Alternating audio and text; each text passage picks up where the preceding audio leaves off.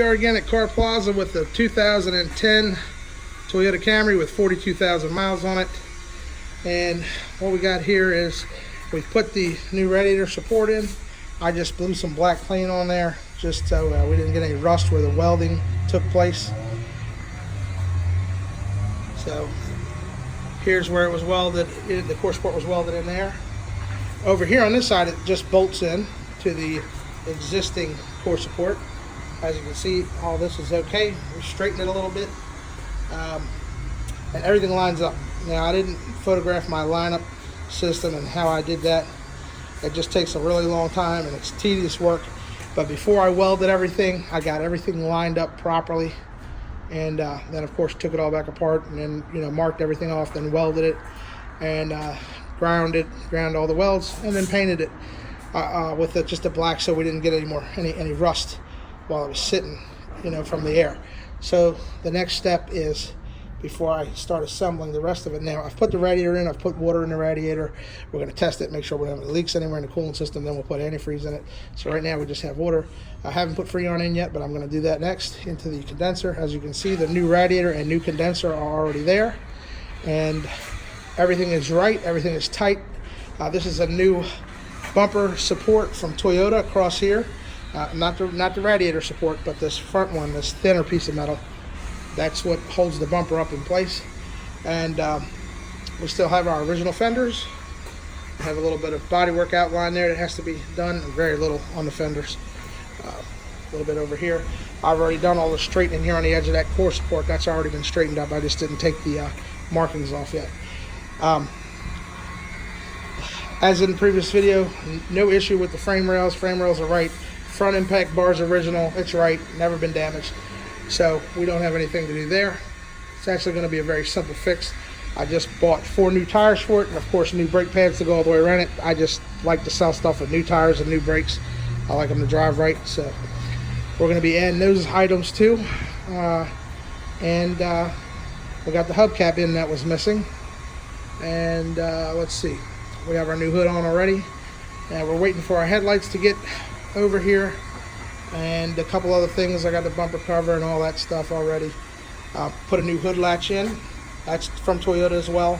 We also have the original Toyota seal here, brand new from Toyota. That goes on top of the bumper cover lip at the front edge. It seals between the bumper and the fender, just to make it look a little nicer. That's the way it comes. What are the goodies did Toyota send us? Couple brackets. Okay, so this bracket here is original, did not need to be replaced. This bumper bracket here I had to replace. That's a Toyota bumper bracket. I use the Toyota parts because they just fit better, so a lot of times those little things make a difference. The rest of it's going to be like the hood, it's aftermarket, the bumper cover is aftermarket, headlights are aftermarket, but we'll make sure that they all fit correctly. But all this bracketry, like this bumper stay up here, that's all from Toyota. Now, this radiator support was aftermarket, but it really doesn't matter if you're using aftermarket radiator support or not, because you've got to get those things to line up right. So if you know what you're doing, you can make any of them work. And even if you buy a factory Toyota radiator support, you're still going to have to fight with it to get it right. So like I said, I just use the aftermarket.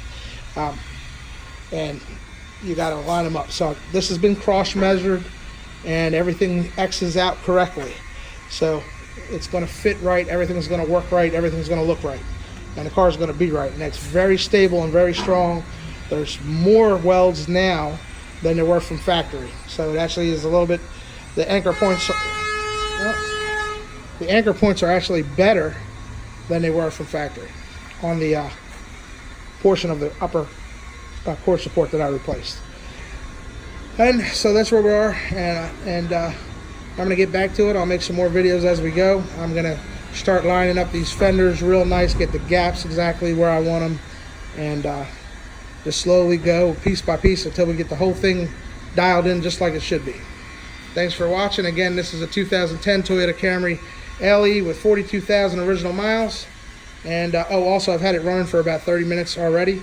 It runs great, idles excellent, temperature stays where it should. I haven't noticed any leaking or anything. But I still have to go over every last bit of it, and haven't had a chance to drive it yet, but because it wasn't together, of course. But so far so good. Everything seems to be right. It's a great car. Please excuse the noise in the background. We have men at work, so that's what's going on here. And we have to replace this horn.